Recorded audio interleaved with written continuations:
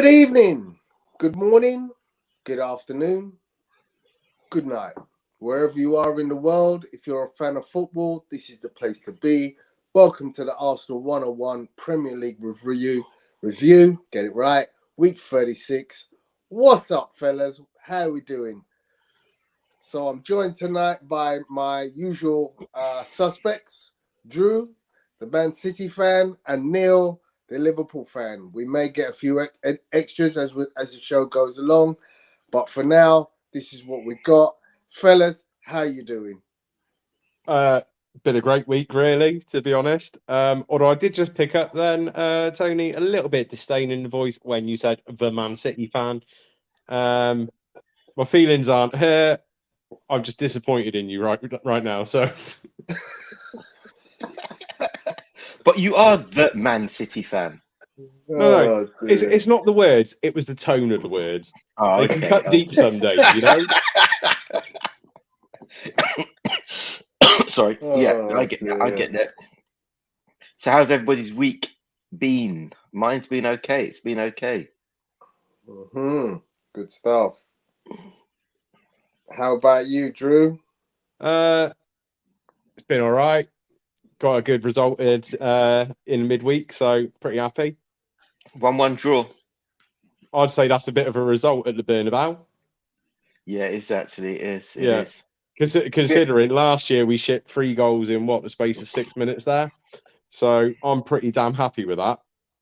Do you know? Okay. I think after that result, I think the return leg, you guys will do at the Etihad. I don't want to say that, but I have to say that. If we don't, we need to seriously look at ourselves when it comes to the Champions League because we're doing something wrong. Well, you are playing the most successful team in Champions League and European Cup history. And So I do think it's a little bit overwhelming for some to realise the magnitude of the team that you're facing. A team constructed in the same or a similar mold to that of Man City, in that they also have had unprecedented wealth thrown at a team in all manner of way in order to ensure that they stay at the top of the pyramid in the football world. yeah, I'm sure Real Madrid. I'm sure Real Madrid are the actual bank themselves because the way they've been getting money shipped to them left, right, and centre. You got to Well, this is what happens when you've got the King of Spain on your board. Yeah, no, but imagine Exactly. if they were an Italian side, what would people be saying then? Not to say anything about Juventus and teams like that, you know. So yeah, I mean it's clear that they're a very good team. You know, they're my boyhood team. I've supported them since about the age of 7. A young man from England went to Madrid, started playing for the team. His name was Laurie Cunningham. So hence when I used to go to Madrid with my grandparents, they used to call me Little Laurie. And since then, I've been a big fan. Yeah. I've been lucky to see Real Madrid play several times in the Bernabeu. I've also seen them play in the Nou Camp. I've also seen them play at Glasgow Park in the Champions League final with a stunning winner from Zinedine Zidane. So they are properly my team.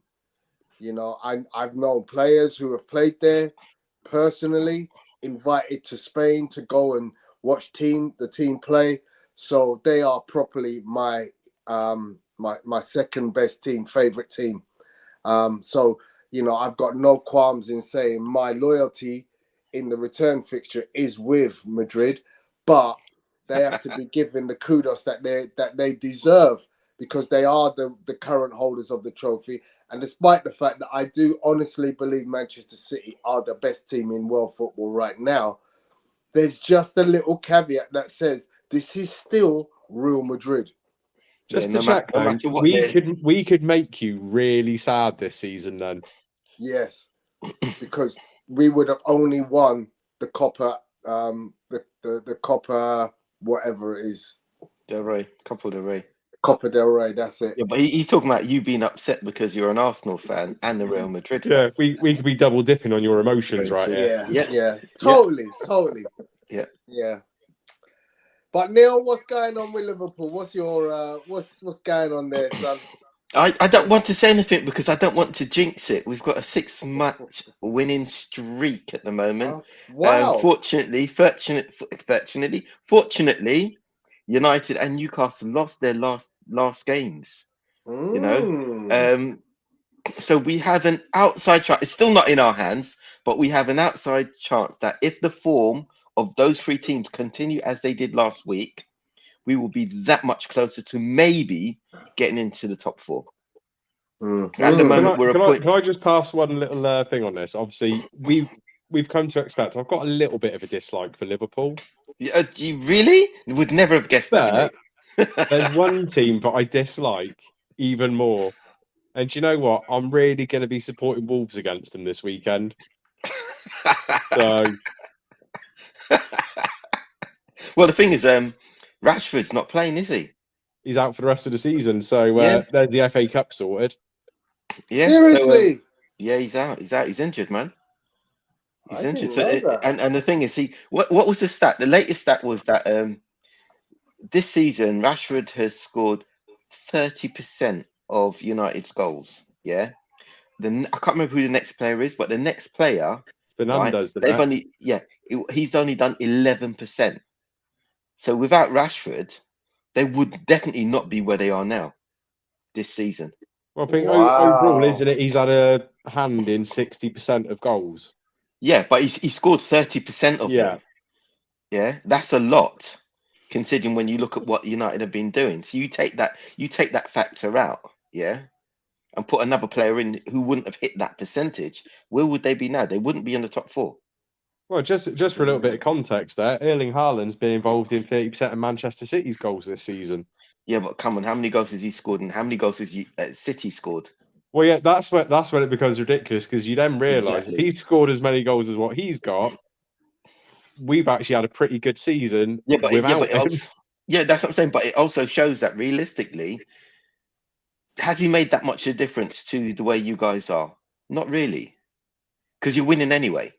We've beaten certain teams that we struggled to get over the line with last season. Yeah, but that doesn't mean that you wouldn't have beaten them without Haaland this season. Remember, every season is different. Listen, Neil, I'm justifying 52 million outlay here. All right. Is that all? That's quite cheap, actually. That's very cheap. Such a bargain. I don't care, but we're paying him nearly $500,000 a week after he scores. Yeah. He's done it for you. He's done really well. Oh man, damn. On another note, actually, which made the week even better, PFA Football Writers Player of the Year. Well, I've got that. Yeah, but who else is going to compete with that with Haaland this season? Who's been anywhere close to be fair, Haaland he did get 78% of first place votes. Oh, there you go then. And that's so, because he's been breaking Odegaard records. and Saka were second and third. Which, I'll be honest, I can't argue with that. Here you go. PSG have been up there. Wow.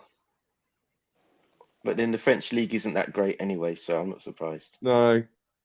And for everyone that harps on about Mbappe being better, he is literally playing in a farmers league and scoring 11 goals a year less. So,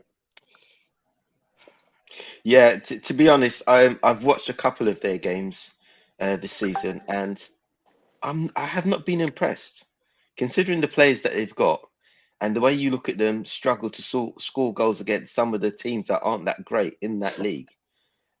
I'm not impressed. Not impressed. If they were in the Premiership, they might make the top four with the way they're playing. They might do, but they're going to come up against much harder opposition like Wolves, Leeds, Leicester. The thing is, given where Liverpool have been for most of the season, I would still put Liverpool above PSG. So I'd say such a bad season. Yeah. Wow. I'd say we've got at least 3 teams in the Premiership who are currently better than PSG. So Yeah, yeah. I mean, it just proves that it's not necessarily who you've got in a team; it's how the team actually plays and the results they get. Because Yeah. you've got the top players. Yeah, Mbappe, Messi, Neymar. Every team in the world would love to have those three players in their team, and they still struggle against like bottom teams. Can you I'm going to imagine if? say one thing though. I think we've got to get over this notion about Neymar being a top quality player. Do It's you like not since? Neymar is very good, and I'm not going to say he isn't a good footballer, but Neymar is not one of the top players. I He's a think very good player.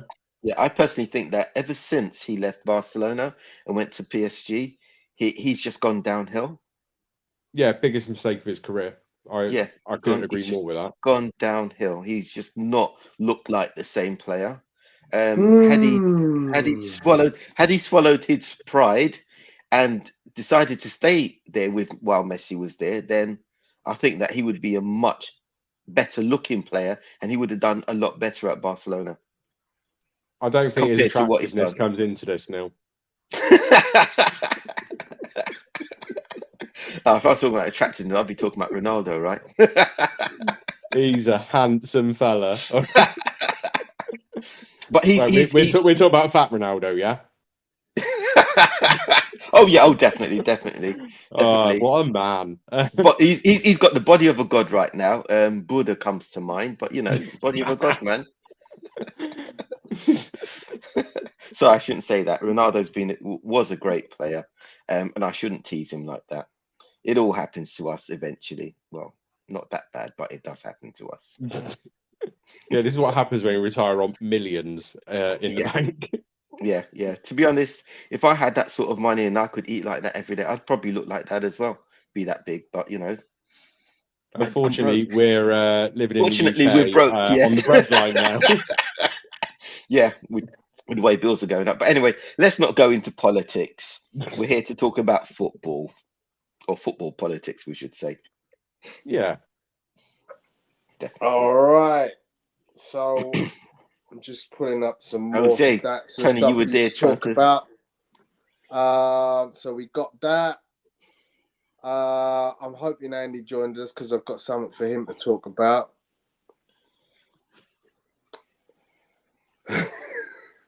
Wait. Do that. Sorry, do that again.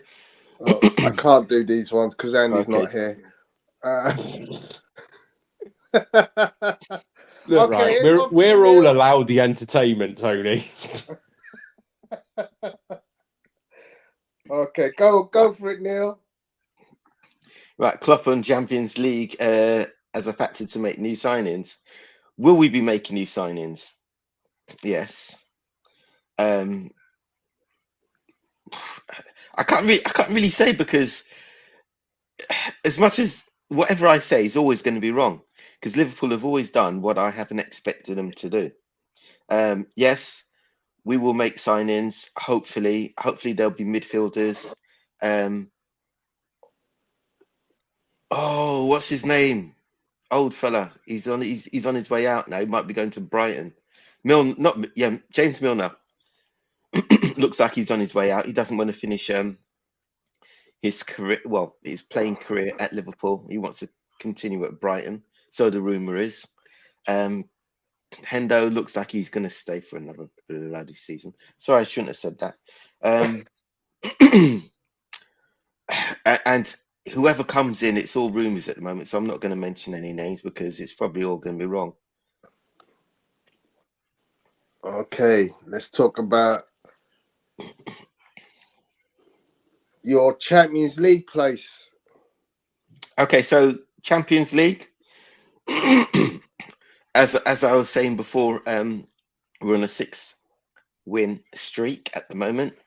And fortunate for us, Newcastle and United happened to drop points last week. If that form continues for at least another 1 or 2 games, we're back in it. We're actually back in the top 4. But right now, it's still out of our hands because United have a game in hand. And if Newcastle win the remaining games, we can't do it. So we still need a bit more fortune. We need to carry on winning, and we need the other two to drop points. I don't care who they drop points against. Hopefully, Wolves will do us a favour against United, but we'll have to see. But at the same time, we've got to win our games as well. Leicester is up for us next, and that's not going to be an easy game when you look at where they are, and they are going to be fighting tooth and nail in every one of their remaining games. So that's my bit on top four. But it is still a possibility. Earlier on in the season, a lot of you guys were not even mentioning Liverpool in the top four, and you've been saying it throughout the season. It might change over the next few weeks, but we'll see. Fingers crossed it does, but we'll have to see.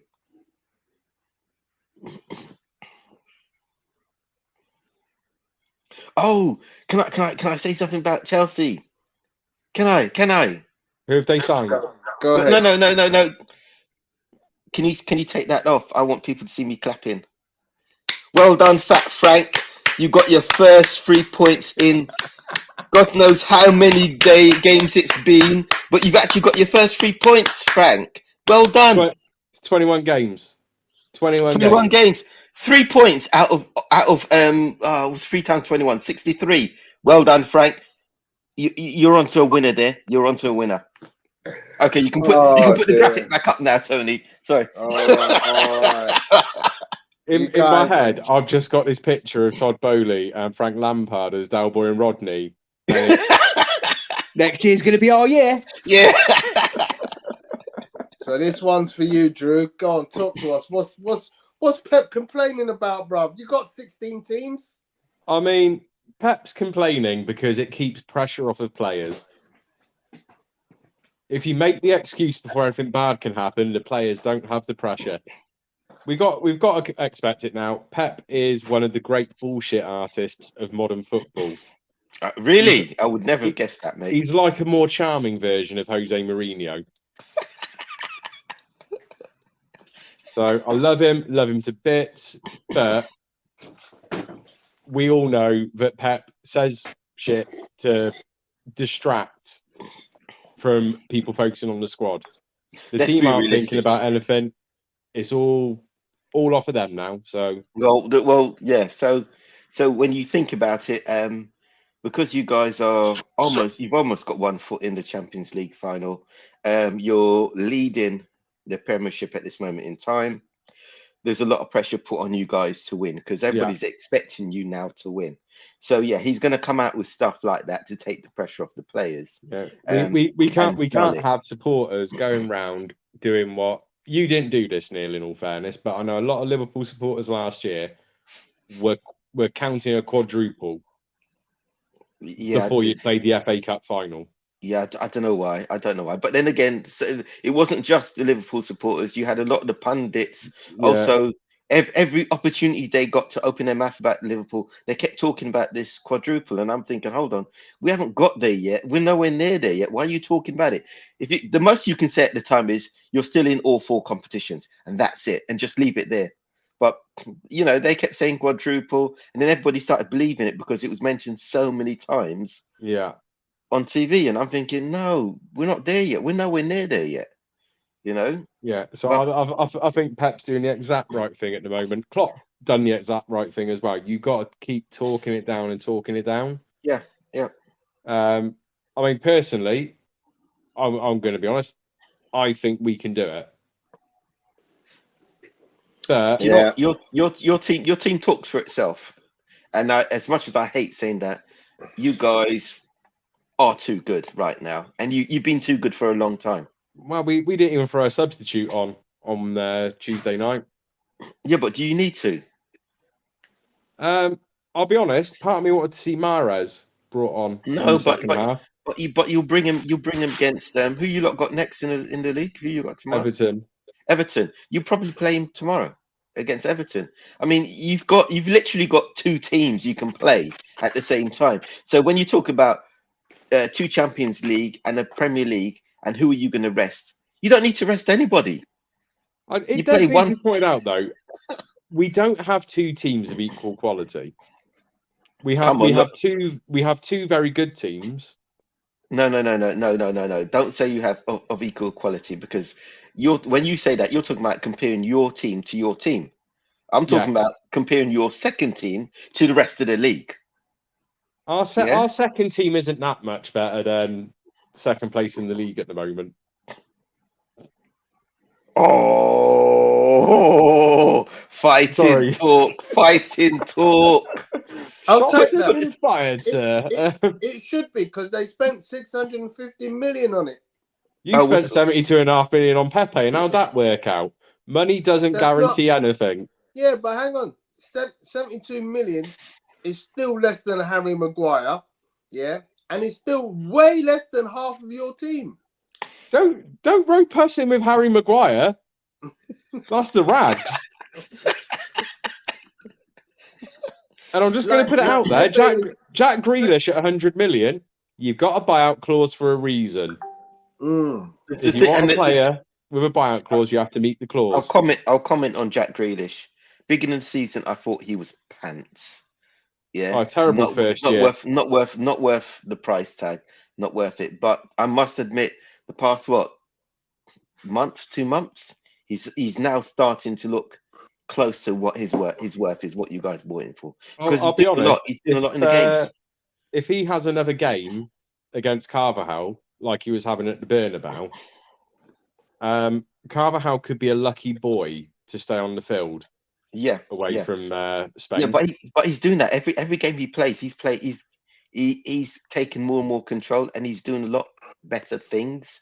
He's looking. I still don't think he's worth the money you guys pay for him, but no, he's looking a lot closer to that now than at the beginning of the season. The most important thing with Jack at the moment is I was critical of him when there was a chance we were going to pay 60 million for him. When we paid 100 million buyout clause for him, I was very critical of him. I can't be critical of him at the moment because he's actually a better player than what I thought he was. He's always been a good player. It's just that when he was at Villa, he was the top player. But he's coming to City, and he's nowhere near the top player. There's so many players better than him. Yeah. At the moment, I'd say De Bruyne and Haaland are the only two that are more important. Yeah, but he looks more ordinary in your team than he did when he was at Villa. At Villa, he was the best player. Yeah, and there's a big difference in being at a team where you're the top player and you're the standard, and then coming to a team where you're not the top player and you're not the standard. Well, that's why Harry Kane won't ever leave Tottenham, isn't it? Because yeah, exactly. I mean, you can drop Grealish, and it's not going to make a difference to your team. But if Grealish was at Villa, if they dropped him, that team will play so much worse. Yeah, and that's the difference between the two teams. When it comes to Grealish, he's a good player. He's looking a lot better now, but he's not a great player compared to a lot of the players in your team. You know, and you don't really need him, to be honest. But he has done well since you've started playing him of late. And that's my comment on Grealish. I'd say we probably do need him now. So let's look at this little table. This is all competitions, yeah, not just the league. This is all competitions. Is Grealish that important to you? Is he really the third best player in your team? Yes, because those statistics only tell part of the story. Well, I think Foden's better than him, but Foden's also been injured, hasn't he? Yeah. How about that fella? How about that fella who's joint second, Mahrez? More assists, way more goals. Do you know what I think with Mahrez? Right, I think Mahrez is a really good player. Unfortunately, I don't think he gets enough games. But to be honest, and look at his stats. That's what I was going to say. Mr. Grealish. That's what I was going to say. That he doesn't get enough games, but he's still done brilliantly for the games he's played. So if you're looking at the fact is they do play on opposite sides of the field as well. And here's the thing with Mahrez. If Mahrez isn't directly involved in the goal, Mahrez has very little influence in a game. Grealish has more influence over a game than what Mahrez has without having a direct goal involvement, for instance. Just looking at assists and goals, it doesn't tell the full story of what Jack Grealish actually can do now. And also, and this is what has really confused me with Grealish, he is a hell of a hard worker after the first season now. He tracks back, he's started to defend. He's no longer the luxury player that you have to carry through 90 minutes. Yeah, but he's had no choice. He's at City now. Yeah. Yeah. He has Oh to yeah, do but more. Yeah? last season though, he was not following the script. He wasn't getting involved No, because in he every still aspect of the game. he still had that Villa attitude at the back of his Yeah. mind, isn't it? Yeah. And Yeah, that's he what I was still saying thought that. he was the big fish in the small pond. Exactly, and that's what I'm saying. He's come to a team now where he's not the top player. He's not the standard. Yeah, and he Yeah. has to play catch up. He has to do a lot more than he did at Villa to impress, to make sure he gets those games. You know, Oh, and yeah. as I said, towards the end of the season, he's actually started doing that now. Yeah. Okay, let's move on, gents. Enough of the Man City talk. Let's talk about the fixtures from the weekend just gone. It's fairly small, but we start at the top with Bournemouth versus Chelsea. That was a surprise. That was a surprise result of the weekend. The fact that Chelsea scored more than one goal and away from home. Yeah, as I said, well done, Fat Frank. You got your first 3 points. Well done, mate. But no, Chelsea did play actually well. They played well. What was your thoughts on the game, Drew? I mean, this is how the weekend started. Embarrassingly for me, basically, that result started a domino effect of every team I predicted to win on Saturday. Pretty much lost, apart from Man City. So on that day as well, if you look at it, right, the pattern was every home team won apart from Bournemouth. Yeah. On that day. Mm-hmm. Okay, the next game was Man City winning a tight one, which probably shouldn't have been against Leeds. What was your thoughts? These games are going to be tight now. I mean, when you're looking at teams that are you say that to stay in you the say league, that, Neil. You say that, Neil. But the games on Monday night had respectively 7, 8, and 9 goals. Is it, or 8, 9, and 10 goals? Yeah, but look, but okay. No. Yeah, I get that. But what I'm saying is, you look at the City. You expected City to beat Leeds anyhow, right? But you've also got to think about any of the teams that are in those relegation places. They're going to be tough to beat. I mean, if you go to Monday, who thought that Everton were going to spank Brighton 5-1? Yeah, and that's what I'm saying. Those teams are there right now. I wouldn't want to play any of them. Would not want to play any of them. They're just going to make you work too hard. Drew, what's your thoughts on the game? Considering Sam Allardyce had one training session with those players before that game, that is the best I've seen Leeds play since Bielsa was manager. Big Sam, their season back up. Big Sam does it. Big Sam does it. Yeah. Wow. I mean, Leeds could actually stay up if they play like that against the next 3 teams. They could stay up. It's going to be kind of hard to say who's going to stay up now, because when you saying that, you look at Everton. Everton could actually now stay up. If you base it on that, I said Everton last week would stay up. I don't think they will, to be honest. But if they play like they did against Brighton, and the thing is, haven't they got you lot next? Yeah, we've got them tomorrow. No, Sunday at 2 o'clock. Yeah. You see, so that I don't think that's going to be a high scoring game against you guys. Yeah. Okay. Because they are going to be fighting. Sorry, go on, Tony. Let's move on then. Tottenham 1, Crystal Palace 0. And he's not here. Was it Sonny or Harry Kane? I can't remember who scored. I think it was Son. Kane. It was a Kane assist. It was a Kane assist. They've only got 2 players, haven't they? So yeah. Yeah. So any comments on that one, boys? It went the way I thought it was going to go, because I know Tottenham now have to start putting a win streak together. They did good. As I said, the Kane assist, it was a great through ball to Sonny to pick him out, and Yeah. Sonny actually put it away. If they played like that for the whole season, Spurs will be in the top 4 in my view. But fortunately, they didn't. Sorry, Andy. Mm. Well, I'm not really sorry, but So I mean, what's this? We've got this I story. can't ever be sorry when I criticise Spurs at the moment, because the thing is, I've been really supportive of Spurs for the past few years. I think they've got an amazing squad.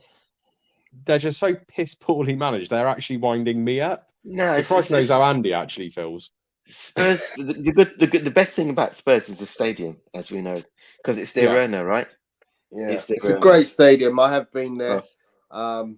albeit to see American football as opposed to our game. It's But kind of it's funny. a wonderful statement. It's kind of stadium. Yeah, it's kind of funny how you think that the stadium actually gets more props than the actual football team who actually play there. Yeah, for sure. For sure. Sorry, Andy. It was a very expensive sporting accessory, really, wasn't it? So let's in Andy's absence, let's talk about the farce that is the ENIC group and their basic inability to source a new manager. They've absolutely gone from out of the pan into the fire. I mean, we thought that Chelsea were self-imploding with their managerial moves, but Spurs seem to be going even worse. They're now on their 3rd manager of the season, and they have managed to contrive to not get 2 big targets in Mauricio Pochettino and now Julian Nagelsmann. There's something about this that is not being said. I don't know what it is, but that's the feeling that I get. Come on, man, you've got a stadium like that. You've got potentially a very good side, and you just need a good manager to get more out of them. You would have thought that most owners would say, look, we've got to get the best manager out there that's available because we want to do this, we want to move up, we want to be in these competitions. Yeah. What's happening where that's not actually happening with Spurs right now? As you said, Pochettino and now Nagelsmann. Come on, man. There's something that we're missing, that we're not hearing, because there's no way that these guys would go to any good side like Tottenham or any other team like that and say, "No, I don't want to go there now." And then, hot on the heels of that, we've got this news coming in from Fabrizio Romano that Ryan Mason has confirmed that Dejan Kulusevski, their top striking alternative to Kane and Son, is possibly going to leave the club at the end of the season. Is there a reason why? Well, he could have lots of other options. Wow. I don't know what to say on that. I mean, I can understand why, because Spurs as a team have been on a bit of a slump, but they've still got a lot of potential. Get the right players, and they're there fighting for those positions. So, as I said, there's something that we haven't heard or know about, which is why these managers and Kulusevski, if that's how you say his name, may not want to be there at the end of this season. I mean, when you think, once you've been there a couple of years though with Spurs, if you're a young player and you're coming from overseas, you're going to come there, you're going to be sold the dream by Daniel Levy. After a year and a half there, Kulusevski's now probably, he's just looking at like, my ambitions are up here. That's where they say their ambitions are. Their ambition appears to be hold Harry Kane hostage for the remainder of his career, and they're actually get Beyonce in the stadium down here. Yeah. Get Beyonce in the stadium and bring Shakira with her. I mean, this actually doesn't sound like a bad night for me. So I think Jay-Z would be pretty happy with this whole scenario too, man.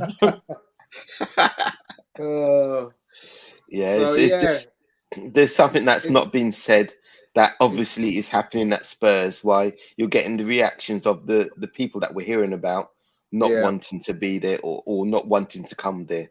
There is something and, missing. and obviously, you know, they will sort it out in the summer, but it just feels like the longer they prolong decision making on a manager, the more problematic this becomes for the club overall.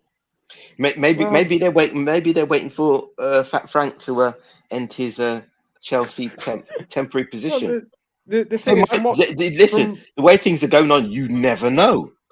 You never know. From the rumours we heard about Nagelsmann to what came out tonight with what Romano's actually said as well, it's because Spurs aren't guaranteeing anything about a sporting director. I mean, we knew that they were going to have to get rid of Paratici months ago. Yeah. The only people that seemed to think that Paratici wasn't going to be an issue were Spurs and Paratici. Yeah. He had a ban from all football activity for a minimum of 18 months. Yeah. I mean, it wasn't just a slap on the wrist. It was a FIFA, you cannot be involved in the game of football, you dodgy bastard. From when they slapped that on it was just a matter of time before it happened to him in this country as well.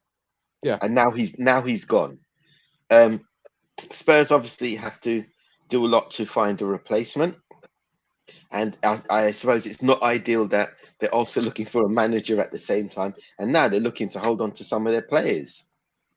You know, are they self-imploding? If they are, why are they self-imploding? Why have they allowed all this to happen at the same time towards the end of the season? Absolutely. You know? Right, let's move on. We had the Wolves 1-0 win over Aston Villa. That was a surprise. That was a surprise. Yeah, it was a surprise. I predicted Villa 4-0. So, I mean, I listened to Unai Emery's press conference midweek, or was it may even have been yesterday. Yeah. You know, I like the guy. I really do. I think the job that he's done in getting Villa from out of the relegation places and into the comfort of now actually challenging potentially for a European place is phenomenal. Do you know, psychology, man? He's done a psychology job on the players. Yeah, because the players haven't really changed. Yeah, but their attitude and their application to the game and how they play now has changed. So he's changed their thoughts mentally. Because if you can change their thoughts mentally, that will change what they do physically on the pitch because they're thinking differently. Yeah. Yeah, and that's what he's done. He's got Ollie Watkins playing like Fat Ronaldo and John McGinn playing like classic. Yeah, John McGinn. Like, that's what I'm saying. But you think about it though, right? Those players were there before he was there, and they weren't playing the way they play. Yeah, no. He's come in and he's changed their thought process. He's and obviously from training as well, he's changed how they play as a team. So they started getting results. Once he got in there, they started getting results. You know, if he had come in there and got a whole load of players and they're getting the results, you say, okay, that's because he's come in and he's changed the team. But he hasn't changed the team. Yeah. Do you think Wolves are safe now? Wolves are safe. Wolves are safe, but to guarantee it, just one more win. They need one more point. What they're on 30? Is it 39 they're on now? Yeah. To guarantee it. I'm gonna say it before we get to even doing predictions. I think Diego Costa is gonna have the game of his life at Old Trafford. Wait, actually, is it at Molineux or Old Trafford tomorrow? I'm not sure. I think it's at Old Trafford. It's at Old Trafford. I think Wolves are going to do United this weekend. I hope you're right, mate. I hope you're right. Well, I don't want Liverpool to be in the Champions League, but when it comes to you or the Rags, I'd rather take you. Yeah. Thanks a lot, mate. Thanks a lot. That makes us feel so much better. So much better. So you don't have the same infuriating self-entitlement issues of what United supporters have had. Well, United aren't even in Manchester, are they? Yeah, they are. Salford. Salford. That's the argument, isn't it? The argument. You ask a true Mancunian, they say they're not even in Manchester. Obviously, when we put up the sign of "Welcome to Manchester" when we got Tevez a few years ago, that was genius. When they got Sancho from Borussia Dortmund, they put up the same sign. The problem was they put it up 300 yards down the road from Old Trafford, next to the sign that said Manchester 7 miles. There you go. So There you go. Cool. So Liverpool, 1-0 win over Brentford. Your boy Salah. He did what he had to do. He did what he had to do. That was his I knew. 30th goal of the season. Listen.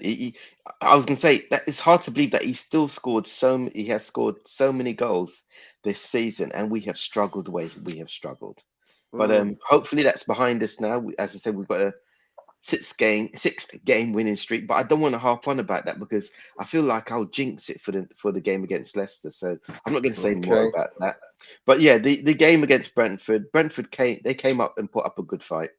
Yeah. You know. What's your thoughts, Neil, right now on Cody Gakpo? Because I think he's becoming a better player now. He's got a few more minutes under his belt. It seems to me like he's settling in. Okay, so he is settling in. He's getting a lot better game by game. The jury's still out on him and players like Nunes as well, and that's purely because they haven't, in my view, a player needs to be at a team for at least a season before I start saying, yeah, this is definitely a Liverpool player, or no, he should not be wearing the shirt. Yeah, because the first season in, it's a new team. Gakpo's lucky he can speak English, so his communication with the players is a lot better than Nunes. Nunes is trying to learn English, but he still can't speak it. So, you know, the communication in the games, it's difficult for players like that. You know, give them a season. They're used to the players. They may not be speaking the language properly, but at least they know when they're on the pitch, they know where they're supposed to be, what they're supposed to do, and how the plays are going to go, how they're going to get the ball, whether it's going to be a long ball, whether it's going to be a short ball, what positions on the pitch to be, depending on whether we're attacking or we're defending. Yeah, you give them a season like that, and then you look at the next season, they will play a lot better. So that's what I'm waiting to see halfway through next season to see, okay, these guys have been here long enough. Are they where I think they should be? Cool. Excellent. Let's move on to Sunday. Newcastle 0, Arsenal 2. Fantastic result for my boys against a very tough Newcastle away from home. They didn't look that good against you guys. Sorry? They didn't look. I didn't think they looked that good against you guys. Well, that's because we didn't make them look that good. I mean, let's be honest. The first 15 minutes, you wouldn't have said that because they looked mustard. They were all over us. But we rode the storm, and then we built into the game. And you know, once the first went in, you know, we were a little bit more comfortable, and we're able, you know, put our game together and play better. I thought it was a very, very assured performance from Arsenal. What was your thoughts, Drew? That was the best Arsenal performance in about a month and a half. It was professional. It was almost a faultless performance in a sense because you were under pressure. You dropped points at Newcastle, the league was over completely. So I think your players handled it well. I did find it quite ironic and amusing when Eddie Howe and Newcastle were complaining about another team's time wasting tactics towards the end of the game. Tell me about it. Tell me about it. I mean, I think they got a little bit of their own medicine. I still think Newcastle are a very good team, but I think Arsenal showed that there's a level that Newcastle aren't capable of getting to yet. So, I mean, I think Arsenal fully deserved that win. Yeah. If you look throughout the season, Newcastle have proved to show that they're a really good side against teams that aren't as good as them. Yeah, but when they play the top 4, top 6, they struggle a bit. I think that this window, summer, they will buy players that will improve that, and they will look a lot better next season against the top teams. The thing is, instead of going for an Anthony Gordon player, they need to go for someone who's got that little bit of international experience, that little bit of class. Yeah, but the thing is, they've been for one reason or another, they've been restricting themselves with the amount of cash they're spending on players, which is why they've looked at players like Anthony Gordon. Yeah. Yeah. Well, no, he still cost over 45 million. Yeah, but to be honest, 45 million is that's average money now, isn't it? For an average player, How that's much did average Arsenal money. buy Jesus for? Was it 40 51? minutes. Was it 40? Was it? 40 Yeah, but I mean, thereabouts. that's seriously, that's not a lot of money for players when you look at I it know, but nowadays. if you turn around to me and you said you could get Anthony Gordon for 45 or Jesus for 40, Jesus is much the better business, even though he only had 1 year left I on go his for him. contract. Yeah, I go for him, but he wasn't available at the time, was he? Anthony Gordon was. Yeah, he was available in the summer though. Yeah, well, for whatever reason is they weren't spending money. I don't know why. We know they've got bucket loads of it, and for some reason they're not Yeah, spending the money. You know, they're being very cautious with the amount they spend and who they buy at this moment in time. it's almost like someone told them that we actually take financial fair play seriously. Yeah, and that's what I'm saying is that you look at teams like you guys. Well, Chelsea is the team to talk about when it comes to spending money, right? Look at what they spent. Yeah, irrespective of where they are in the league, look at what they spent. Newcastle have a lot more money than that, right? And they didn't even spend a fraction of what Chelsea spent. And that's what I'm saying. There's something that's stopping them, whether it's common sense or they've been told not to spend the money, right? Or maybe they haven't got that money that we all think that they have got. They're owned by rich owners, but just because you've got a rich owner doesn't mean that you've got the cash. It is actually an interesting one because obviously they're owned by PIF, so they are owned by the public investments of the Saudi government. Yeah, but that's what I'm saying. They've got money. They've got money is there available, but for whatever reason something is stopping that money from being spent. Financial fair play, possibly. What? It's not FFP. Man City. So Newcastle all of a sudden are going to now start thinking about financial FFP. Any team with money. Well, you do have to I mean, without sounding rude, Manchester City have still got to go to court. Yeah, they've still got to go to court. Yeah. But there's a hell of a lot of dirt on the wall. Yeah, but come on, man. No, that's what football fans think. We all know, deep down, this case ain't going nowhere. Yeah, because the other side has to spend money to take them to court. All City have to do is just delay. The other side are going to say, do you know what? Maybe we spent a bit too much money now. The thing is, who really loses in this case? You can say Man City are the people that lose. Football loses in this case. Football does lose in this case.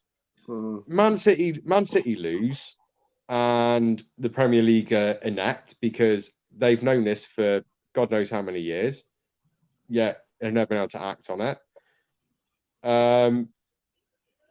Man City win. Basically, there's no way that the Premier League comes out of this as a winner. No, definitely not. So but anyway. Right, let's move on, gents. West Ham got a surprising result at home against Manchester United. Best result of the weekend. They were actually brilliant as well for 88 minutes. They played well. Yeah, they played well, and that's what made me really happy about the game. Because when you see a team win and they win by luck, you kind of think, oh, they shouldn't have really won. But honestly, West Ham deserved that win. There's no way United deserved it. Even if United got a draw out of that, you would have felt that West Ham were hard done by. They played well, and they deserved that win. And that's also a team that's kind of struggling. Yeah. Yeah. If they lose 1 or 2 games, they're down in relegation positions. So 8018. Yes, Stoles. You mean still have to face the music, mate? I mean, but what are you going to do? Dock us points retrospectively? Yeah, yes, you guys are going to get away with it. I agree. Anyway, let's talk about this fella, guys, because while we're talking about West Ham, this guy in the last few weeks has been looking like mustard. He's actually started looking like the player that everybody has been raving about a few seasons ago. Yeah. Yeah, for whatever, and it's not just him. Bowen as well have been pretty poor this season. In fact, most of the squad have been pretty poor this season. But yeah, over the past few weeks, Mr. Rice has come into his own, and he's now looking like the player that he should be looking like every game.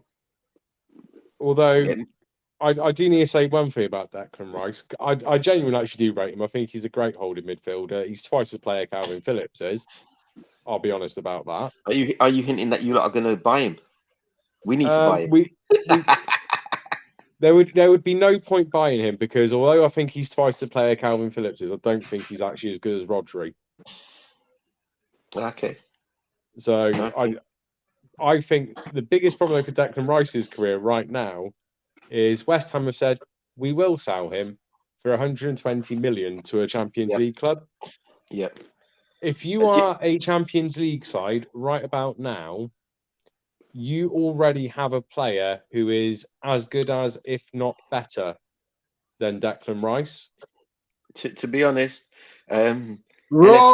LFC Wrong. LFC could do a few plays.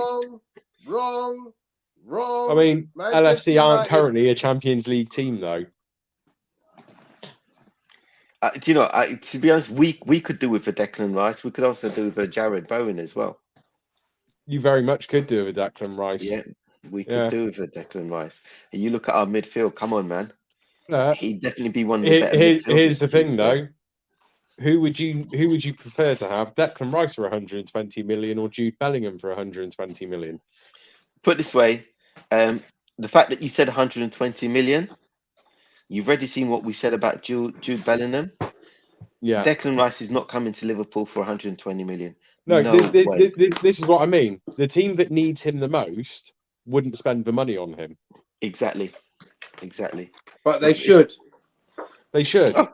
But I think they should. I think they'd have been better served spending it on Jude Bellingham. Look, Well, Jude's done. Jude's gone to Real Madrid. He's got Real Madrid. Now done. That's done. But what you've got. Whoa! Are we definitely ruling out one more year in Dortmund so he can try and get that move to Liverpool next summer? They're already doing the deal. Real Madrid already doing. They've already been doing the deal this week. That was done last week, mate. Yeah. No. This is rumours and speculation coming out of Marca. Now, there's concrete negotiation with that's going on Jude's with them parents and the club that they're pretty close to signing that deal in a very short period of time. Until it's done. I get that. Yeah, it's not done until it's done. I get that. And But there's let's still be honest, possibility. Liverpool have pulled out because they know they weren't gonna put the money in. Exactly. They've already said it. Let's be honest though, who was the one club that Jude Bellingham would have gone to? He would have gone to LFC, but what you've got to look at, right? It doesn't matter where the player wants to go, right? If that club refuses to spend that sort of money on players anyway, they're not going to go out of their way and spend that price tag. How many years has Bellingham got left on his contract in Dortmund? Case in point, Mudryk. Yeah. But how many years did Bellingham have left on his contract in Dortmund? Was it 2 years? I think. Yeah, 2 seasons. 3 years. 3 years. Okay. Dortmund don't have to sell him this summer. No, but they don't. They probably don't want to. But if they're going to get the cash, what I'm saying is though, cash. unless Bellingham is 100%, I need to go to Real Madrid. There's no chance I'm ever getting that move to Liverpool. No. Bellingham might not be going anywhere. Listen, he will never go to Liverpool, right? As long as his price tag is over 100 million, and we know next season that's not going down. That's going up. If he doesn't go to Real Madrid, that's going up because of what he's doing at Dortmund. Yeah, no, there's no way Liverpool are going to get him for a cut price. They're not going to get him for a cut price, and Liverpool have already proved that they're not going to spend over the odds. Yeah, I think there are certain players they should pay over the odds to get. If you're talking about the team going forward and having a future player.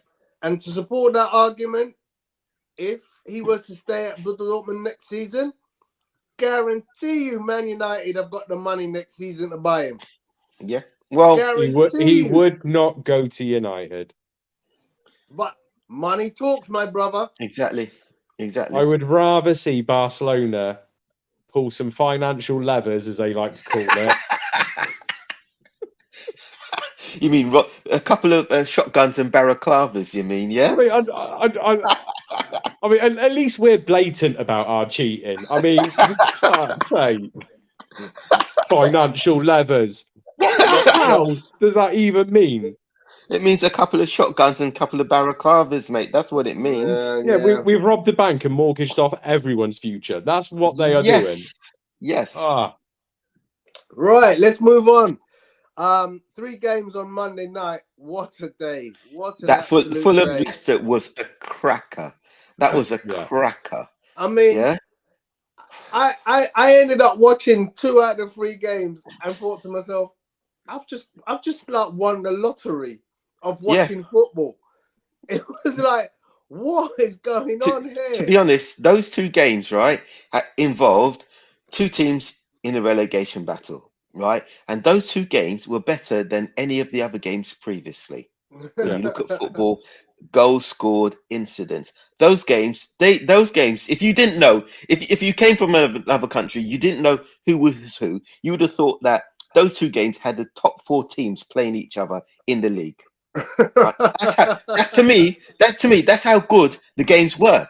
Yeah, they were. that's how good the games were. Yeah, oh, they were crackers, mate. They were crackers. were I mean, absolute Everton, genuinely, they were breathtaking the other night. Can't believe what I was Yeah, watching. You couldn't believe that team is actually in the relegation battle. Yeah. Yeah. I mean, I was like, this. I saw like when they went 1-0 up, I thought, okay, well done. But you know what's going to happen. Brighton will come back and they'll absolutely blitz them 4-1. Then the second went in. I thought, all right, it's still going to come back and probably win it 3-2. Then the third went in. I'm thinking, okay, now my sensibilities are completely all over the place. I mean, the goals were quality as well. Yeah. You know, McNeil's, what was it? His Look, second Matt goal? Neal. Matt Neal. Oh my Come God. on, Matt Neal. Matt Neal, you've watched him this season and you've kind of thought this guy shouldn't even be wearing an Everton shirt, right? That game, he was Everton. He was Everton, full stop. The guy was brilliant. And I'm thinking, hold on, wait. How can you have players like this and be so low in the league? Yeah. You know? But no, seriously, the Everton game was a brilliant game. The Fulham Leicester game was, oh my days, those were crackers, mate. You know, I wish we had games like that every week. Yeah. Every And week then we need Nottingham games like Forest against Southampton. I didn't watch. Yeah. But what a game. Again, I watched it, the highlights, and I'm like, what is going on?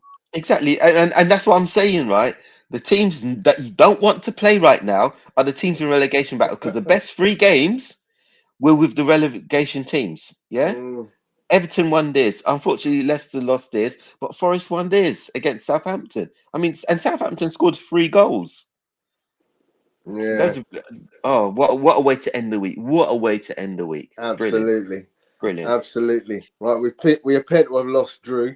I don't know if that's a power outage. But yeah, that was the end of last week's fixtures. We've got a couple of comments I just want to address very quickly. Cam, welcome, Cam. Nice to see you in the chat. The debate is whether the Madrid fight for a player permanence out of his desire, and the answer is they will not, period. That is Real Madrid. Real Madrid will not fight for a player. I don't know if that's actually true. Who's that referring to? Which player was that referring to? Jude Bellingham. Oh, Bellingham. Yeah. Oh, yeah. But the thing is, we know that deal's practically done anyway. So, but we'll just have to wait for it to be announced officially, right? Yeah, absolutely. And then he goes on to say, Arsenal have done well of late, snatching players who have suddenly been excess to requirements. Zinchenko, Jesus, Trossard. I don't think Trossard was excess to. No, Trossard was one of the. No, Trossard was one of Brighton's top players, so he was. It was an excellent bit of business, and I to this day I don't know how they managed to pull it off. Obviously, Arsenal got a very good relationship with Brighton because we've got quite a few players from them of late, and are still trying to get even more. Right now, right now, my comment on that is Jorginho. I'm just not impressed. Mm. I wasn't impressed when he was at Chelsea, and I don't think he's been any better with you guys. He's Well, added to your funny you squad. say that, but He's added to your squad. he was absolutely phenomenal against Newcastle, and Yeah, but that's just the deservedly. one. But that's just the one game. He's been Yeah, there a yeah, lot longer than that. and That's what I'm saying. I honestly don't want to trust him for too long. But if I'm gonna go, look, we bought him in a January transfer window as a desperation signing because Yeah, we couldn't get Casado. And considering what he's done in the time, I wouldn't say he's been a disappointment because we didn't pay a huge amount of money for him, but he has brought something to the table that the team has been able to utilize. Apparently, Trossard skipped training and was told not to report to the team. What Whoa. started that is the question. Yeah. Okay. But yeah, I mean, look, we'll see what goes on in transfer business. What else have we got to do this? We'll talk about the results. Not results. We talked about that. The the fixtures. games, fixtures. Okay, hang on a second. Let me just see what else I've got that I haven't given it a bit of breath to.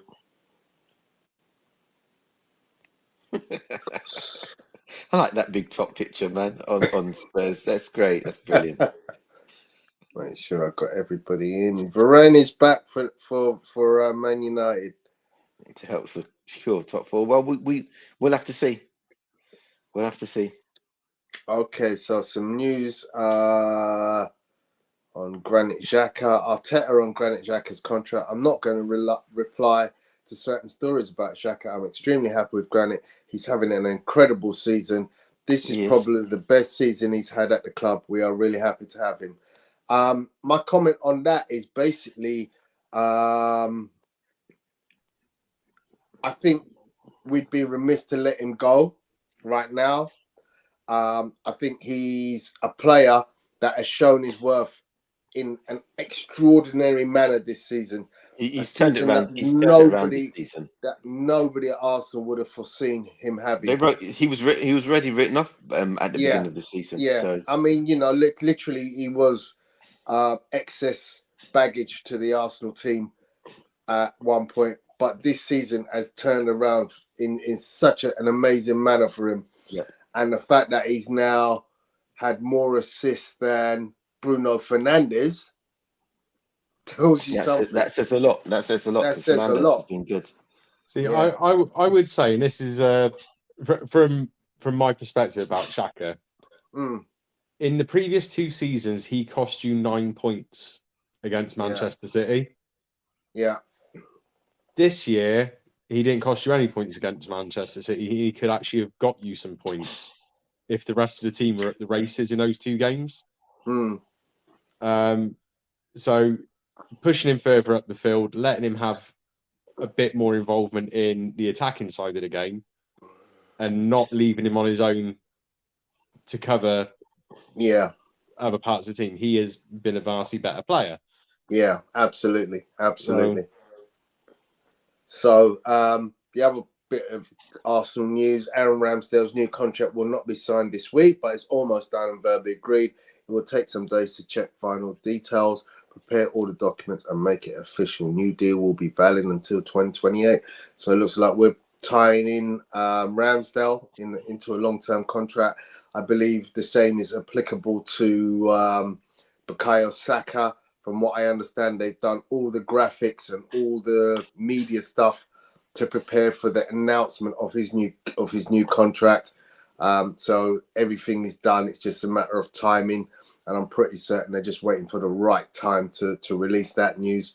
So they're 2 very good players to have secured.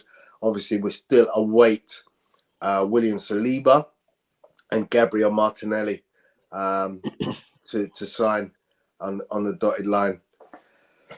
Okay. One thing I'm surprised that you haven't mentioned is the controversy, if you can call it that, around David De Gea. Because he's played poor, and it looks as if there's doubts around his contract, whether he's still going to be at United. United are now looking at another goalkeeper as well. But It's he just has come out and publicly stated he's quite happy at Man United. even after what they said. Yeah. That shows that's what I'm saying. Is a bit of a controversy there. Why would you say that you're their number one keeper, and then all of a sudden, especially after the mistake you made during the week, now they're talking about bringing in another keeper that probably will be taking your position next season, Mm. and then still to turn and say, "Oh, he wants to stay." I personally would have thought that he would have said nothing and just left his side quiet until the summer window. Mm. So going back to the Granit Xhaka story, 18 and said best season for Xhaka was probably Aaron Ramsey's worst by numbers. Also, Xhaka's defensive numbers are all career lows. He's done well, but we have to move on. Yeah, I agree. I think we do have to, we don't want to just keep playing him without having a replacement ready. And when I say a replacement, I don't mean Sambi Lokonga. I mean somebody of a high ilk with a high resume that can come in and do the job from day one.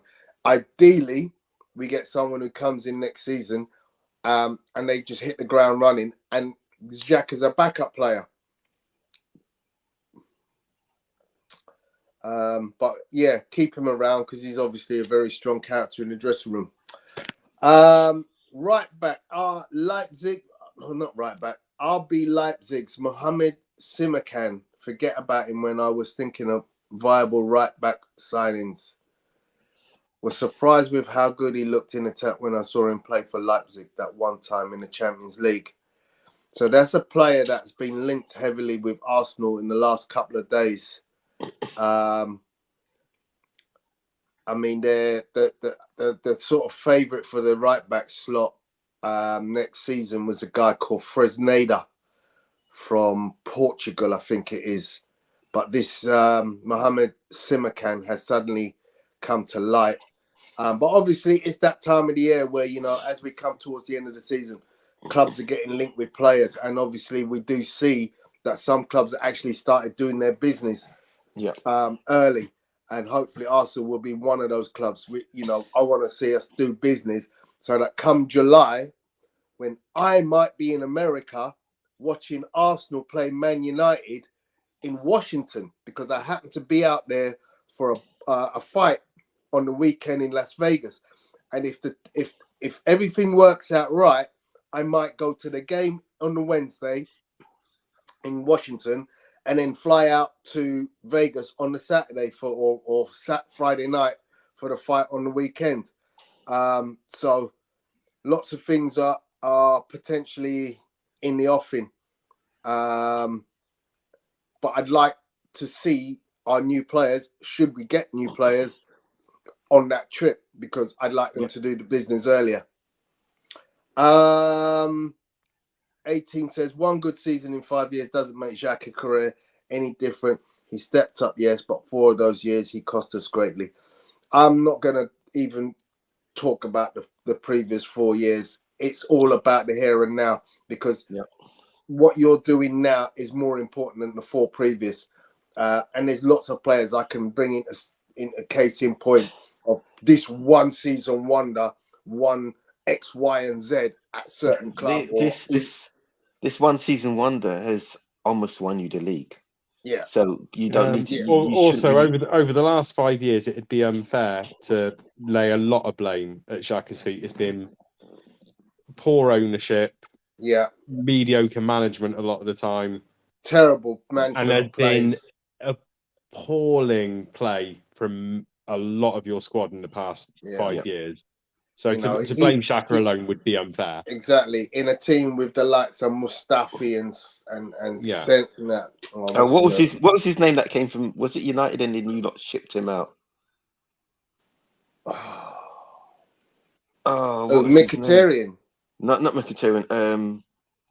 Although he did look good for Inter Milan the other night. Just saying. Who's a player that you guys had and he? Oh man. We know with Sanchez. Danny Welbeck. No, not Welbeck. He's a foreign player, and he came to you, didn't he? Oh, I can't think of his name now. Are you thinking new or old? Old player. Are we talking Um, Sanchez? Sanchez. Is it No, we didn't get Sanchez? him from United. Yeah, We he sold went. him He to. went the other way Oh, you round. sold it to United. Yeah, you sold. Yeah. Yeah, Yeah. sorry. I got to say Forget I that was said that. actually Forget I great said that. business He because just you it was sold a great player that business for was you. done. But he was poor, man. He was poor when he went to United, wasn't he? Yeah. I got a question for you, Neil. Yep, go on. Xhaka or Henderson? What, you mean at LFC? It's got to be Xhaka. Wow. And the only reason why I say that, take the attitude out of it, right? And you compare them player for player. Henderson cannot lace up Xhaka's boots. And to me, Wow. Henderson is poor. He's not that great. He's a good leader, yeah. But when you look at skill wise, right? Yeah. More teams. When you're looking at skill, forget their attitude, base it on skill. If those two players were up for sale, right? How many teams are actually going to look at Henderson instead of Xhaka? Yeah. Realistically, yeah. He's not that Henderson. From when Henderson first came to us from Sunderland, I thought, why have we got him? Yeah, he stayed in the shadows until Gerrard left. Yeah, after Gerrard left, that's when he came into the limelight as a captain. But on a skill factor, he was still no better. He was still no better. Yeah, but he's not a skilled player. Jordan Henderson wins the Exactly. ball and plays 5-meter passes. That is No. Jordan Henderson gets the ball and plays the ball sideways or backwards. Hardly. He does play it forwards every now and then, I'm and he will going to run just forwards every now name and then. a central midfielder who used to specialise in passes like that, who so happened to win a Champions League in his prime and was a hell of a central midfielder. Josep Guardiola was Yeah, that kind of footballer. no. But we're talking about Henderson.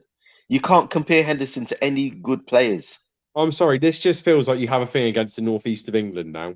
No. Henderson, come on. All right. Would you take Henderson?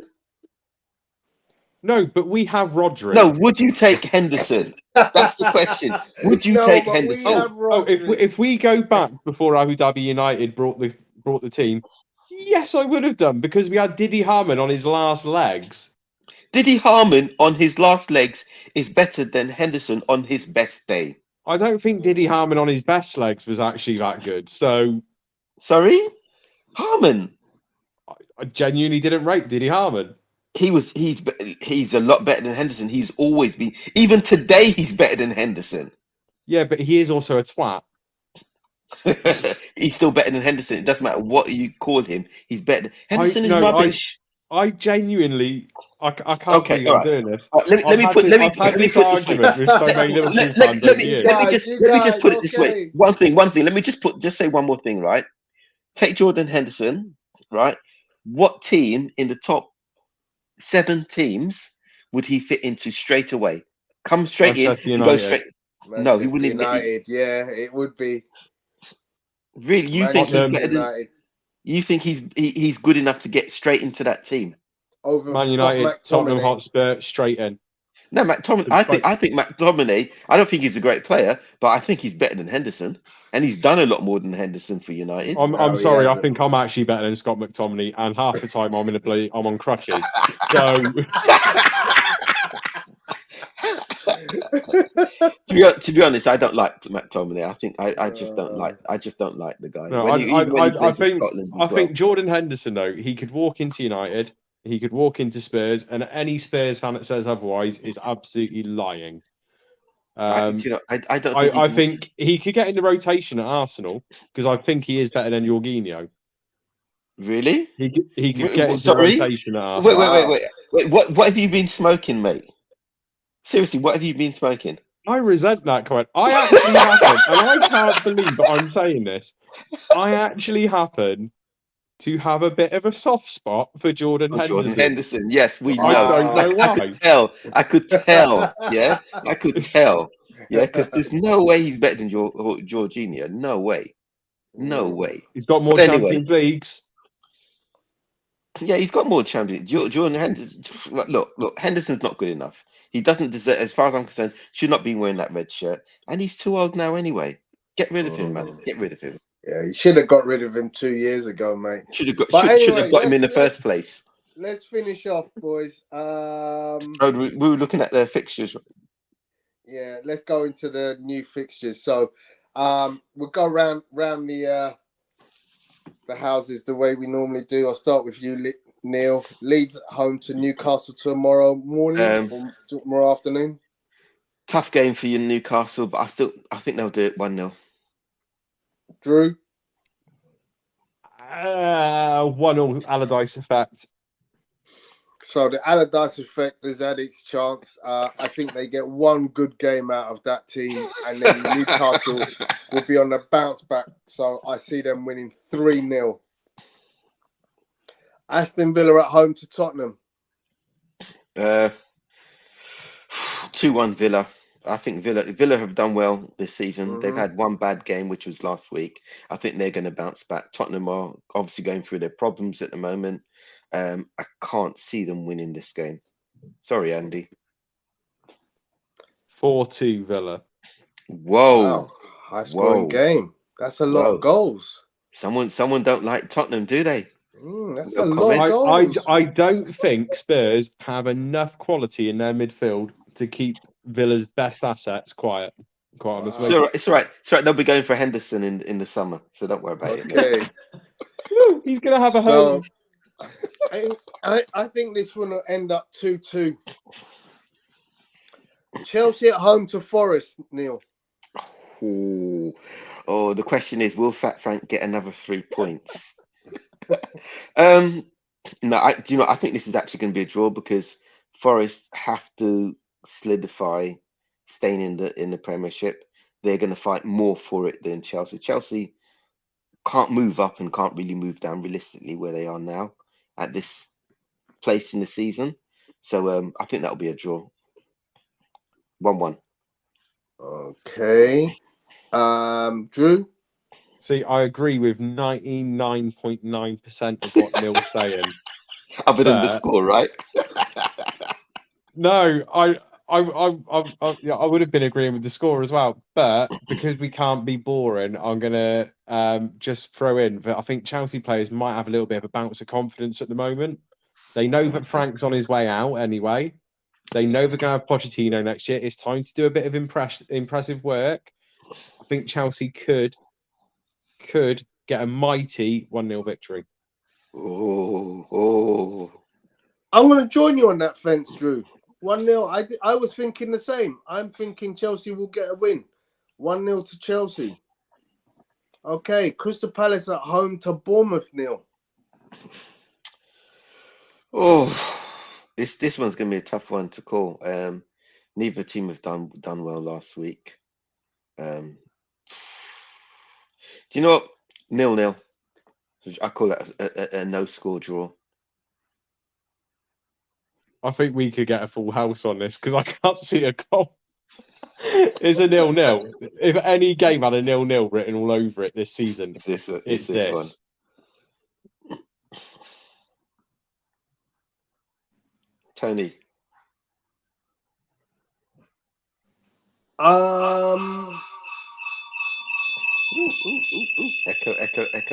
Echo. He really thinks Sorry. it's going to be a 0-0. What do I think on this one? No, I think Palace will win this one. I think Palace will win this one. I'm going 2-1 to Palace. I think we were so close then to getting our first ever unanimous agreement on it. No. And we got Man United at home to Wolves, Neil. Sorry, I'm going with my heart on this. I don't care what my head says. I'm going with my heart on this. 1-0 Wolves. Okay. 1-0 Diego Costa. Oh. Go on, say 1-0. Go on, say 1-0, Tony. Go on. Go on. You know you want to. I am actually tempted to go with that, but no, I can't. Man United are fighting for that European place. They know Liverpool are hounding them on that 6-game I mean, they winning haven't looked streak. very fighty lately, though, Tony. Yeah. But Rashford's out. Oh man. Yeah. Go. That's why I'm going with my heart, man. Rashford's not in there. You got to remember, Diego Costa is now officially amongst the goals. Mm. I mean, it's 1 in 10, but I'm He sorry, scored. boys. I'm going to have to go Man United 1-0 on this one. Okay. you know what? This Okay, is why Arsenal won't Southampton. win the Premier League. Southampton at home to Fulham. All right, so Southampton have to go out on a bang now. They've practically been relegated, Yeah. so they're going to be fighting because they need to look good when they hit that championship. If they don't sell any players, I think that will be 2-1 Southampton. Drew? The thing is, I think Southampton's best player they brought in the summer was from City. It was Bazunu. Obviously, they brought Romeo Leva as well. Leva's still playing, but the new manager, the 8th or whatever of the season that they've got, he doesn't fancy Bazunu much, which has just made them even worse defensively. I can't see them winning. So yeah, Fulham 2-0. I'm going to go 3-2 to Fulham. I think Mitrovic is back in the goals again. Cool. And then on Sunday, we have Brentford at home to West Ham. Cool. This is a tough game to call. West Ham obviously need to solidify Premiership status, and they did have a good game in their last game. I see this as a 2-2 draw. It's a tough one because Yep. I think West Ham is safe, basically. Brentford are definitely safe and can't get Europe. Yeah, that's why I say a 2-2 draw, because Yeah. I think West Ham will play better, but Brentford will still try to win the game. I'm kind of thinking, will West Ham rest a couple of players with Europe in mind? This I is didn't think David about Moyes' that. best chance of winning Yeah, a 100%. I did not think about that. Can I change my score? I think it's going to be a 2-1 Brentford, and I think we're going to see a few young West Ham lads in this game. Yeah, I was gonna change it to 2-1 myself, because I saw it as a draw because West Ham obviously need to focus on the league, but I forgot about their Europa game coming up. So yeah, they'll rest players. Brentford 2-1. Okay, I'm going Brentford 3-1. Okay, Everton at home to Man City. Depends on which Everton you see. If you see the Everton in the last game, I can actually see them. I can actually see them getting at least a point against City. If we Wow. see Behave yourself, Neil. hold on. If we see the Everton of the past 3 games, then that's a whitewash to City. So it depends on which Everton turns up and how desperate they are. They know that they have to win all their games to guarantee Premiership survival. This will be their hardest game, so they're going to try their hardest. But saying that, I'll probably say 2-1 City. Probably say 2-1 City. But Everton are going to be playing out their socks in this game. I actually could not disagree more about the Everton that's going to turn up. You look at the running for all of the teams directly around them. They all have 1 hard game, 2 easy games. Yeah, Newcastle are playing against 2 of those teams. Yeah. City are playing against Everton, right? But Everton, where they are at the moment, they're only 1 point ahead of who's below them. I can't remember who's below them. Who's below who? Everton. Who is bottom 3 at the moment?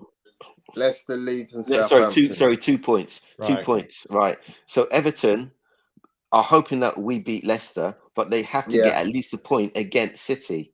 Yeah. To put that to 3 points ahead of the bottom 3.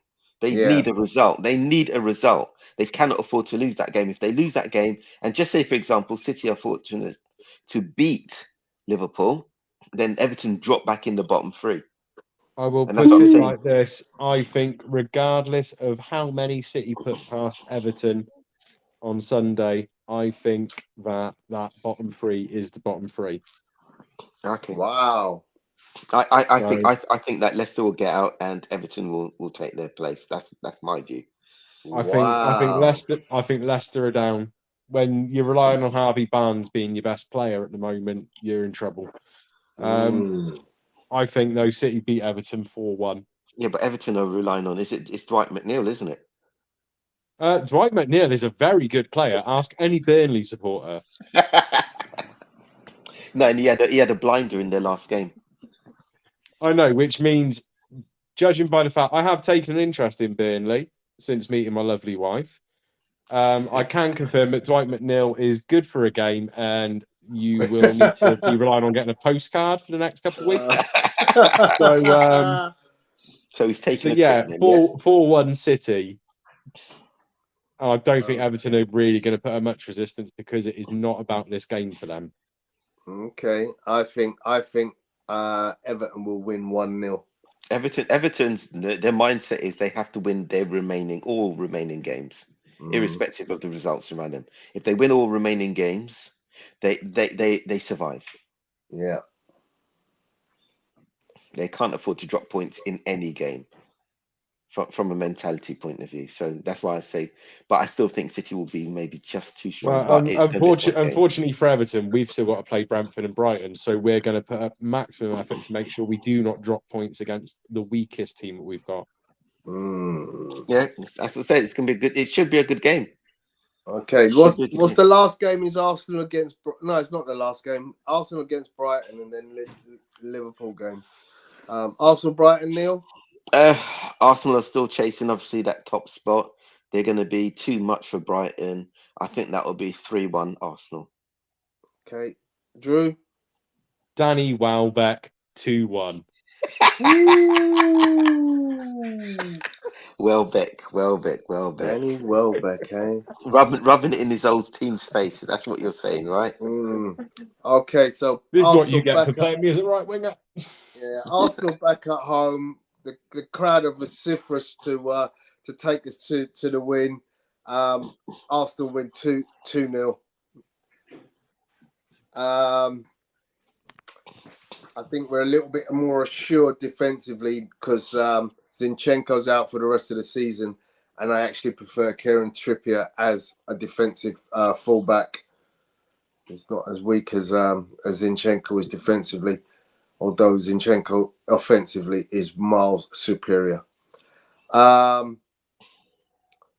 So that leaves us Leicester on Monday night at home to Liverpool, Neil. Right, it's going to be a tough game for us, purely because of what I've been saying before. The teams at the bottom are going to be fighting for their lives. Liverpool will take the game for granted. I see it as a low-scoring game, 1-0 Liverpool. Sure, I've actually been being really nice about Liverpool all night, and now you've hurt my feelings with this whole Everton thing. So I really hope. Go for it. Go on. Rub it in. With a capital hope. I really hope you get dicked, quite honestly. Right. You do know that. No, Liverpool win. Liverpool will beat Leicester 2-0. Wow. Cool. Thank I think Leicester will be fodder to Liverpool, who are in rampant form right now. I hope you're right, mate. I hope you're right. No, I do honestly think that when you look at the fact that they've now got all their strikers back,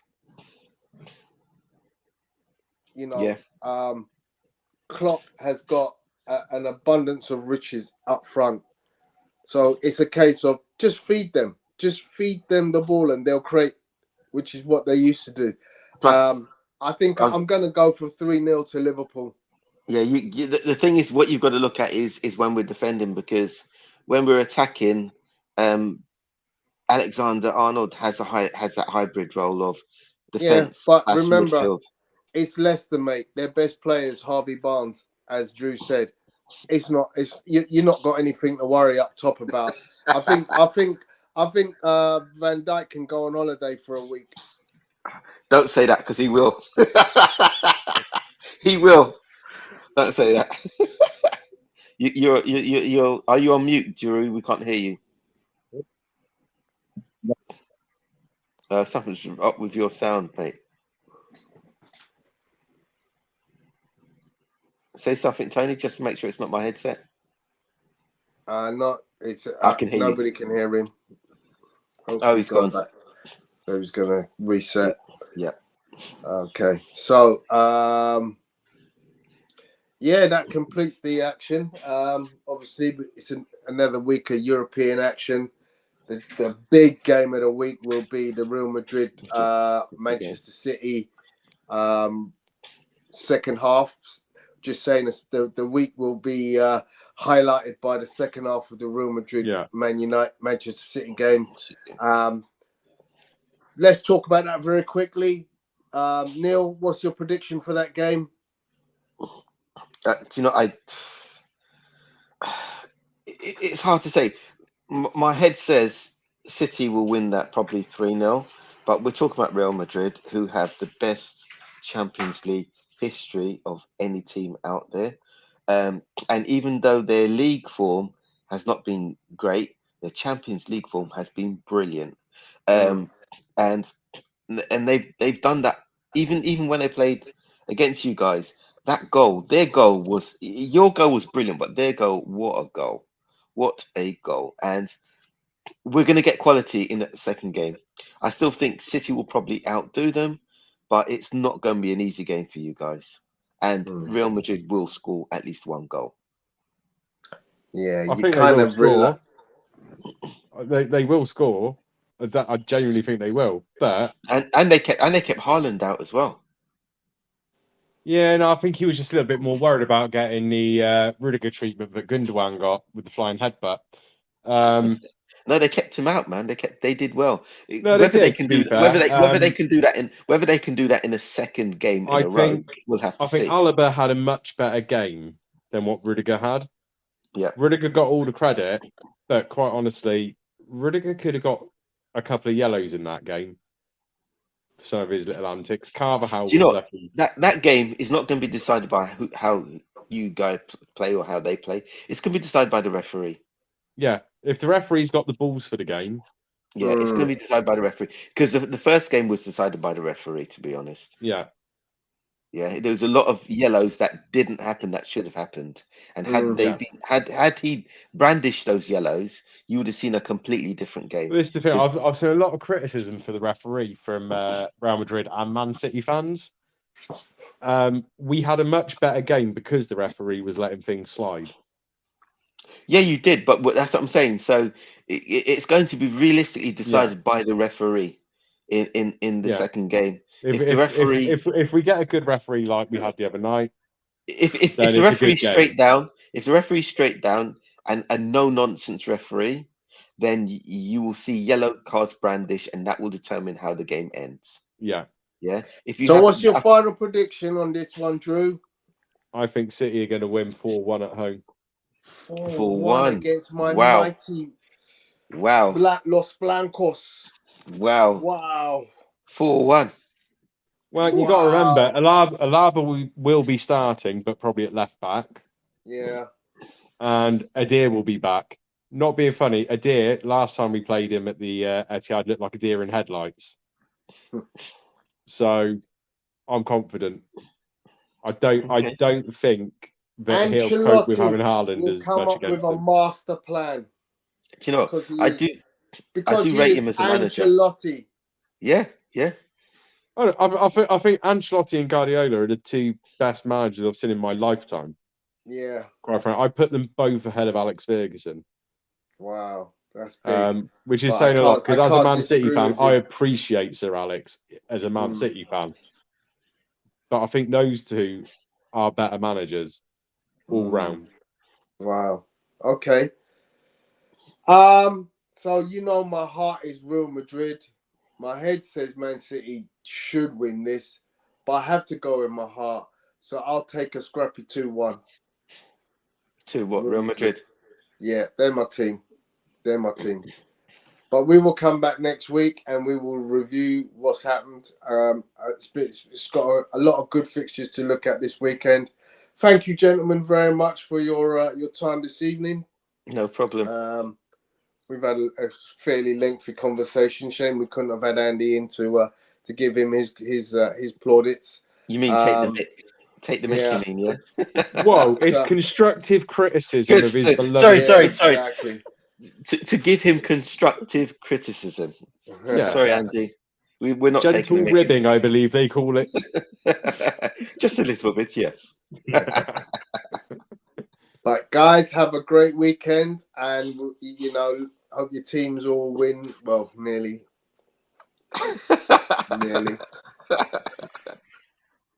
And we'll catch you soon. Yep. All right. Have a good one, gents. Have a good weekend. Cheers, Speak guys. later. See you guys. See you later.